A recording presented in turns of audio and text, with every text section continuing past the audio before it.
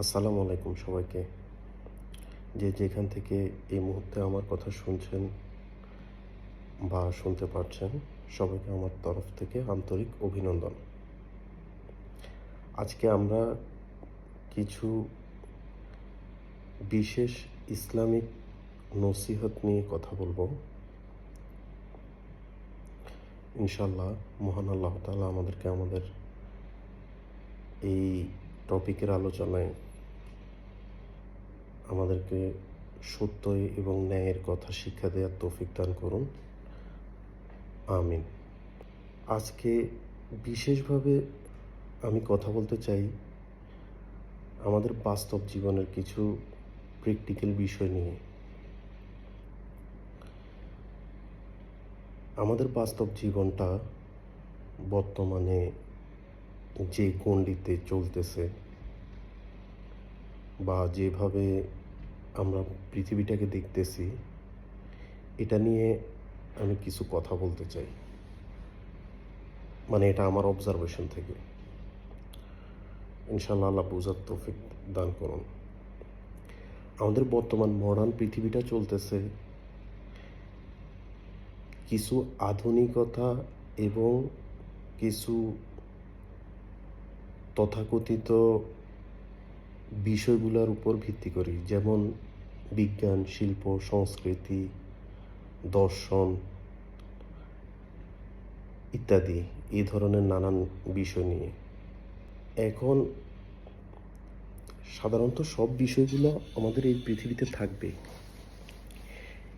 এটা নিয়ে কোনো দ্বিমত নাই।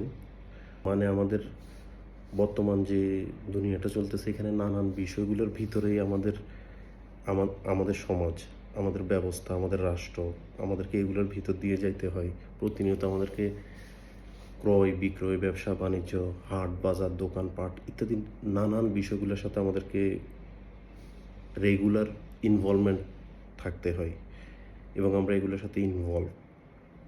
এটার বিষয়ে আমার কোনো সন্দেহ নাই বা মতভেদও নাই, এবং কিছু বিষয় এমন আছে যে আমরা চাইলে এগুলোকে ইগনোর করতে পারি না। আমাদেরকে হাটে বাজারে যাইতে হয়, আমাদেরকে নিত্য দৈনন্দিন যে বিষয়, শিক্ষা, সংস্কৃতি, কলেজ, ভার্সিটি, ইউনিভার্সিটি, এরকম বিভিন্ন প্রতিষ্ঠান, কাজ কর্ম, অফিস আদালত, এগুলা সব কিছু আমাদেরকে মেনটেন করতে হয়, কারণ এটা আমাদের বাস্তবতা বা দৈনন্দিন জীবন।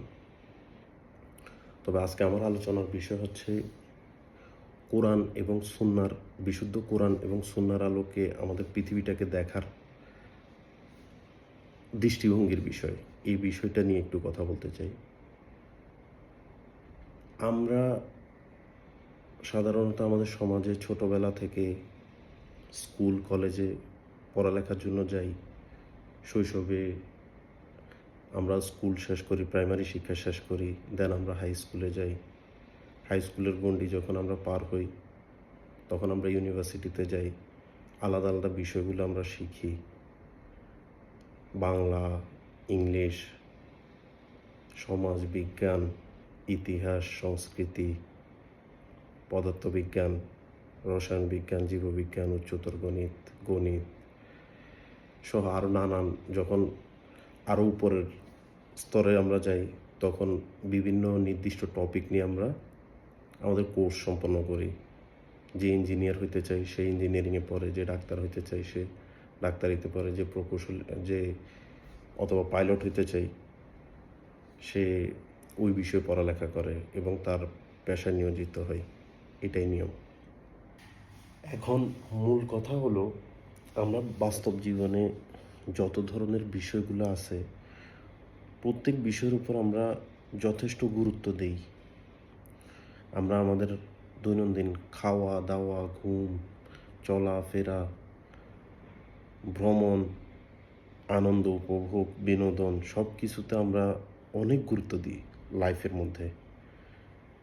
কিন্তু আমরা একটা জিনিস ভুলে যাই, মানে এই জীবনটা এরকম কোনো উদ্দেশ্যে আমাদেরকে মহান আল্লাহ তাআলা এই পৃথিবীতে সৃষ্টি করেন নাই যে আমরা লাইফটা যেমন ইচ্ছা তেমনভাবে আমরা পার করে দিব। এগুলো নিয়ে আরও অনেক বিষয় আছে যেগুলো নিয়ে হয়তো বা ইনশাল্লাহ আমি ভবিষ্যতে আরও নতুন নতুন টপিক নিয়ে কথা বলবো ইনশাল্লাহ। ওগুলোতে ডিসকাস করা যাবে ওই বিষয়গুলো। তবে এখন আজকে যে মূল টপিকটা ওইটার সাথে সামঞ্জস্য রাখি যদি বলতে হয়, তাহলে বিষয় হলো আমাদেরকে আমাদেরকে কে সৃষ্টি করছে। আমাদেরকে প্রথমে দেখতে হবে আমাদের সৃষ্টিকর্তা কে। এই যে আমাদের দেহ, আমাদের অন্তর, আমাদের মন, আমাদের আবেগ, মস্তিষ্ক, চোখ, নাক, কান, এই যে এই বিষয়গুলো নিয়ে মানে আমরা অনেকভাবে দুনিয়াটাকে দেখি। অ্যাকচুয়ালি মূল বিষয়টা হচ্ছে প্যারাডাইমের উপর, মানে আমি কোন প্যারাডাইমে আমি আমার লাইফটাকে দেখতেছি। এই মুহূর্তে যদি আমি চিন্তা করি সব কিছুই জোক, সব কিছুই মজা, তামাশা, তখন আমার জন্য ব্যাপারটা তামাশাই হয়ে যাবে। আমি যদি মনে করি সব কিছুই খেলাধুলা, তখন লাইফটা হয়ে যাবে খেলাধুলা। আমি যদি মনে করি মানে যে যে দৃষ্টিভঙ্গি থেকে চিন্তা করে ব্যাপারটা, মানে মাইন্ডে আমরা যে দৃষ্টিভঙ্গি থেকে ব্যাপারটা চিন্তা করি আমাদের বাস্তব লাইফে ওইটার রিফ্লেকশন হয়। মানে আমি কোন প্যারাডাইম থেকে জিনিসটাকে চিন্তা করতেছি। তো ওরকম বিষয়গুলোর থেকে যদি দেখি তাহলে একটা জিনিস এখানে পরিষ্কার, যে একটা বিষয় পরিষ্কার, মানে যে প্যারাডাইম থেকে আমরা দেখতেছি, কোন প্যারাডাইম থেকে আমরা আমাদের লাইফটাকে দেখতেছি। ধরো যে একটা কথার কথা, যে ধরো ব্যবসা করতেছে, সে প্রতিনিয়ত তার চিন্তা ভাবনা ফিকির সমস্ত কিছু, মন ধ্যান আবেগ সব কিছু কি ব্যবসাকে নিয়ে। ঘুমাইতে গেলেও ব্যবসা দেখতেছে, লেনদেন দেখতেছে, বায়ার দেখতেছে, বায়ার আমাকে আসে অর্ডারটা দিল, এইমাত্র অর্ডারটা কমপ্লিট হইলো, হ্যাঁ কালকে আমি অর্ডার একটা জায়গায় 3টা নিতে পারবো, 3টা কাস্টমার থেকে পেমেন্ট নিব বা রেন্ট নিব, তখন মানে ফিকিরটা ওই দিকে যায়। তবে অবশ্যই ব্যবসা বাণিজ্য উত্তমভাবে করলে ব্যবসা বাণিজ্য হালাল। আমি ব্যবসাকে নেগেটিভভাবে দেখতেছি না, কোনো বিষয়কে নেগেটিভভাবে বলা আমার উদ্দেশ্য না। আমি এখানে একটা বিশেষ বিষয় আমি এখানে ক্লিয়ার করার চেষ্টা করতেছি, বোঝানোর চেষ্টা করতেছি আমার পার্সপেক্টিভ থেকে। ওটা হচ্ছে আমি যে লেন্স থেকে দুনিয়াটাকে দেখব, আমার জন্য দুনিয়াটা ওরকম হয়ে যাবে। আমি যদি বিনোদনের লেন্স থেকে দুনিয়া দেখি তখন আমার কাছে মনে হবে সব বিনোদন। আমি যদি মজার লেন্স থেকে দেখি সব মজা। আমি যদি খেলতামাশার লেন্স থেকে দেখি সব খেলতামাশা। আমি রোমান্সের লেন্স থেকে দেখলে দুনিয়াটাই আমার জন্য রোমান্টিক। আমি খুশির লেন্স থেকে দেখলে সব কিছুই খুশি। আমি দুঃখের লেন্স থেকে দেখলে সব দুঃখ। আমি নেশার লেন্স থেকে দেখলে সারা দুনিয়াই মনে হয় যে আমার জন্য কি নেশার একটা আখড়াখানা। আস্তাগফিরুল্লাহ, আল্লাহ আমাদেরকে বুঝার তৌফিক দান করুক ইনশাল্লাহ। তো প্যারাডাইম এখানে অনেক একটা গুরুত্বপূর্ণ বিষয়। যারা হয়তো বা প্যারাডাইম বিষয়টা নিয়ে লেখাপড়া মিনিমাম স্টাডি করছে তারা হয়তো বা কিছুটা হলেও আমার কথাটা আঁচ করতে পারবে। প্যারাডাইম খুবই খুবই খুবই একটা ইম্পর্ট্যান্ট বিষয়। মানে আমি লাইফকে কোন প্যারাডাইম থেকে দেখতেছি, কোন দৃষ্টিভঙ্গি থেকে দেখতেছি। যে দৃষ্টিভঙ্গি থেকে দেখব জীবন আমার জন্য ওই দৃষ্টিভঙ্গির হবে। তো এখানে আমার কথা বলার মূল উদ্দেশ্য হচ্ছে আমরা মানুষ, আমাদের আমরা আমাদের মধ্যে ওই ক্ষমতা ওই লেভেলে নাই যে আমরা সব কিছুকে নিখুঁতভাবে দেখতে পারবো। এরকমভাবে মানে আমরা হয়তো বা আল্লাহর সাহায্য ছাড়া পারবো না। আল্লাহ যাকে হেদায়েত দিবে, আল্লাহ যাকে আলো দিবে, আল্লাহ যাকে আল্লাহর পথে নিয়ে আসবে, আল্লাহ যাকে হেদায়েত প্রাপ্ত করবে সেই হেদায়েত হবে। আর আল্লাহ যাকে বুঝ দিবে না সে জীবনে পৃথিবীর যত কিছু তাকে বোঝানো হয় কোনো কিছুতেই সে বুঝবে না। তো এই জন্য আমরা আমাদের এই লাইফটার উদ্দেশ্য হচ্ছে কি, মহান আল্লাহ তাআলা এই জীবন কেন সৃষ্টি করছে, এই দুনিয়াটা কেন সৃষ্টি করছে, এই জীবনেরই বা কী উদ্দেশ্য, এই সব কিছু বিষয় পবিত্র মহাগ্রন্থ আল কোরআনের মধ্যে আল্লাহ ক্লিয়ারলিভাবে সব কিছু এক্সপ্লেন করছে। আমরা একজন মুসলমান হিসেবে আমাদের উচিত হবে কোরআন মাজিদকে শুধু পড়া না, হৃদয় দিয়ে অনুভব করা এবং রাসূল সাল্লাল্লাহু আলাইহি ওয়াসাল্লামের হাদিসগুলা হৃদয় থেকে অনুভব করা। কারণ হচ্ছে আমরা মানুষরা ডিসাইড করতে পারবো না। আমরা আমরা মানুষরা ডিসাইড করতে পারবো না যে কোনটা ভালো, কোনটা মন্দ, কোনটা সৎ, কোনটা অসৎ, কোনটাই বা আমার জন্য ভালো হবে, কোনটাই বা আমার জন্য ভালো হবে না। বা সাধারণভাবে হয়তোবা হ্যাঁ, ঠিক আছে, আমরা সাধারণভাবে এটা ভালো, এটা খারাপ, এটা এমন, এটা তেমন, সাধারণভাবে যে নীতিগুলা বা বিভিন্ন বই পুস্তক, তথাকথিত বই পুস্তকে মানে যেভাবে লেখা আছে, ওইগুলার থেকে সোসাইটি যে নিয়ম আমাদেরকে বানায় দিয়েছে, ওইটার থেকে হয়তোবা আমরা বলতে পারবো হ্যাঁ, হ্যাঁ, এটা ভালো, এটা খারাপ, এটা এমন, এটা তেমন। কিন্তু একটা জিনিস বিশেষভাবে কোন জিনিসটা আসলে ভালো, কোন জিনিসটা আমাদের জন্য আসলে উত্তম, কোন জিনিসটা আমাদের জন্য সত্যিকার অর্থে ভালো, এটা মহান রাব্বুল আলামিন আল্লাহই একমাত্র জানেন। কারণ যে একটা জিনিস ম্যানুফ্যাকচার করে সে বলতে পারবে যে ওইটাকে কোন যন্ত্র দিয়ে বানানো হয়েছে বা ওইটা কিভাবে মেশিনটা কাজ করবে। সেম টু সেম আল্লাহ আমাদেরকে তৈরি করছে।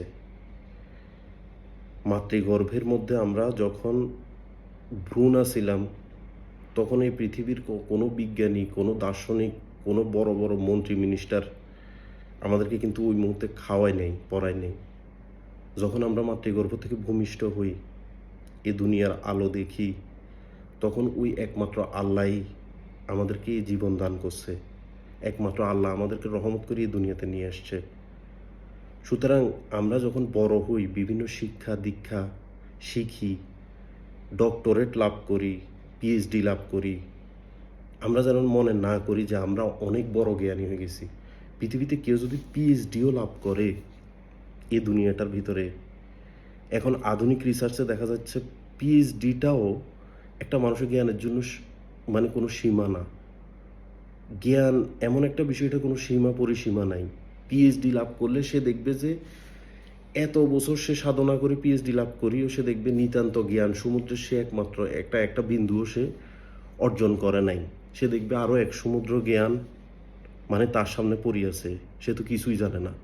কিন্তু যারা খুব অল্প শিখছে বা অল্প জানে, অথবা অল্পই মানে জ্ঞান লাভ করছে, হয়তো বা আল্লাহ তাকে জ্ঞান লাভ করার তৌফিক দান করুক, তখন এরকম অনেক লোকে ধারণা করে কি আমি পৃথিবীর সব কিছু বুঝে গেছি, আমার আর বুঝের কোনো কিছু বাকি নেই, সব জানি, এগুলো আমি বলতে পারি, ওইটাও জানি, এটাও জানি। তার মানে ওইটা হচ্ছে সীমিত জ্ঞানের অধিকারী মন মানসিকতা সম্পন্ন মানুষের চিন্তাধারা। তো সুতরাং জ্ঞান অসীম। আল্লাহ যাকে জ্ঞান দেয়, আল্লাহ যাকে প্রজ্ঞা দেয়, আল্লাহ যাকে হেদায়েত দেয়, সেই কেবল জ্ঞান লাভ করতে পারে, সেই কেবল প্রজ্ঞা লাভ করতে পারে। কারণ প্রজ্ঞা, জ্ঞান এগুলোর মধ্যে আবার অনেকগুলো বিষয় আছে। একটা জ্ঞান হচ্ছে আমরা দুনিয়াবি জ্ঞান, আর একটা হচ্ছে দ্বীনি জ্ঞান। একটা জিনিস আমরা একটা কলা কৌশল বিদ্যা শিখলাম, এটা কর্মটা করি, আমি টেকনিশিয়ান হইলাম, এই জিনিসটা আমি করতে পারি, ওইটার থেকে আমি আয় উপার্জন করি, এটা এক ধরনের পেশা বা বৃত্তির মতো। কিন্তু মানুষের যে অন্তরের প্রজ্ঞা, অন্তরের হেদায়েত বা সত্যিকারের জ্ঞান, এগুলা শুধুমাত্র মহান আল্লাহ তাআলার কাছেই, আল্লাহ তাআলাই জানেন। এবং আল্লাহ যাকে চান তাকেই এই প্রজ্ঞা, জ্ঞান এগুলো দান করেন। তো ইনশাল্লাহ আমরা যেন মনে না করি যে কয়েকটা বই পুস্তক পড়ছি, একটা বিশেষ ডিগ্রি নিছি, সার্টিফিকেট পাইছি, আমি অনেক কিছু শিখে গেছি। আমার সবার প্রতি মানে যারা আলহামদুলিল্লাহ বাংলাদেশি কলেজ, বিশ্ববিদ্যালয়, ইউনিভার্সিটিতে পড়ুয়া ছাত্রছাত্রী যারা আমার ভাই বোনেরা আছে, তাদের প্রতি আমার একটা বিশেষ আহ্বান, তারা যেন মনে না করে আমি সব বুঝে গেছি, ফিজিক্সের থিওরি, নিউটনের 3টা সূত্র বুঝে গেছি মানে আমি দুনিয়া সব বুঝে গেছি। হ্যাঁ বুঝছি তো, প্রত্যেক ক্রিয়ার একটা সমান বিপরীত প্রতিক্রিয়া থাকে। বস্তুর ভরবেগের পরিবর্তনের হারের উপর প্রযুক্ত বলের সমানুপাতিক, বল যেদিকে ক্রিয়া করে ভরবেগ সেদিকে পরিবর্তন হয়। তুই জানোস বেটা এটা, আমি তো বুঝে গেছি। না, জ্ঞান এখানে না, জ্ঞান এখানে না। সত্যিকারের জ্ঞান যে আমাদেরকে তৈরি করছে সে মহান সৃষ্টিকর্তাই জানে। আর সত্যি তিনি হচ্ছে সবচেয়ে জ্ঞানী, মহাজ্ঞানী। আর এই মহাজ্ঞানী যাকে তার ইচ্ছা করেন তার জ্ঞানের ক্ষুদ্র থেকে ক্ষুদ্র একটা কণা দান করেন বা বিন্দু দান করেন, তাতেও ওই ব্যক্তি প্রজ্ঞা লাভ করতে পারে। তো সুতরাং আমরা আল্লাহর কাছে হেদায়েত চাইবো, আল্লাহর কাছে জ্ঞানের জন্য প্রার্থনা করব। আমার ছাত্রছাত্রী, আমি নিজেও একজন ছাত্র, আমি নিজেও একজন স্টুডেন্ট, এখনও আমি শিখতেছি, একজন প্র্যাকটিসিং মুসলিম। আমি নিজেও শিখতেছি। আমি চাইতেছি আমাদের বাংলাদেশে, আমাদের সোসাইটিতে যারা আমাদের ছাত্রছাত্রী ভাই বোন বন্ধুবান্ধব আছে, সবাই যেন বিষয়গুলো বুঝুক। মানে আমি আমার পার্সপেক্টিভ থেকে যতটুকু সম্ভব আমি চেষ্টা করতেছি যেন বিষয়গুলো টপিক বাই টপিক বোঝানোর জন্য। তো ইনশাল্লাহ আপনারা সবাই দোয়া করবেন, আল্লাহ যেন আমাকে বোঝানোর তৌফিক দেয়, আপনারাও যেন বুঝেন, আমিও যেন বুঝি, আমরা সবাই মিলে বুঝি, যেন আমল করতে পারি। এমন না যে একটা জিনিস আমরা শুধু বুঝলাম, বুঝি চুপ করে বসে থাকলাম, সেটার কোনো মূল্যায়ন নাই। একটা বিষয় আমরা বুঝবো, 10টা অঙ্ক না বুঝার চাইতে একটা বুঝি করা উত্তম একটা ব্যাপার। মানে আমি যদি 10টা মাল্টিপল বিষয় নিয়ে একসাথে বসি কিন্তু কোনোটাই আমি অ্যাপ্লাই করলাম না বা কোনোটাই আমি বুঝলাম না, তাহলে কোনো কিছুই হইল না এটা। কিন্তু তার থেকে উত্তম হচ্ছে আজকের দিনে আমি একটা বুঝলাম, অন্তত একটা আমি অ্যাপ্লাই করলাম। 2টা বুঝলাম, 2টা দিনই টপিক বুঝলাম, 2টা অ্যাপ্লাই করলাম। 2টা দুনিয়ার একটা কলা কৌশল শিখলাম, অ্যাপ্লাই করলাম। প্রয়োগ করতে হবে। যদি আমি প্রয়োগ না করি তাহলে আমার শিক্ষাটা অসম্পূর্ণ থাকি যাবে। আমি যতই বলি হ্যাঁ ওইটা শিখছি, আমার মাথায় আছে, মানুষের মাথা এমন, যেটা আজকে শিখছি অটোমেটিকলি মাসখানেক পর এটা আর কাজ করে না, মেমোরির গহ্বরে যায়, হারাই যায়। তো ওইটাকে যখন চর্চা করা হয়, প্র্যাকটিস করা হয়, আমল করা হয়, অ্যাপ্লাই করা হয়, তখন ওইটা জীবিত হয়, প্রাণ পায় এবং ওইটার ফলাফলটা ভোগ করা যায়। ইনশাআল্লাহ আল্লাহ আমাদেরকে বুঝার তৌফিক দান করুন। আমিন।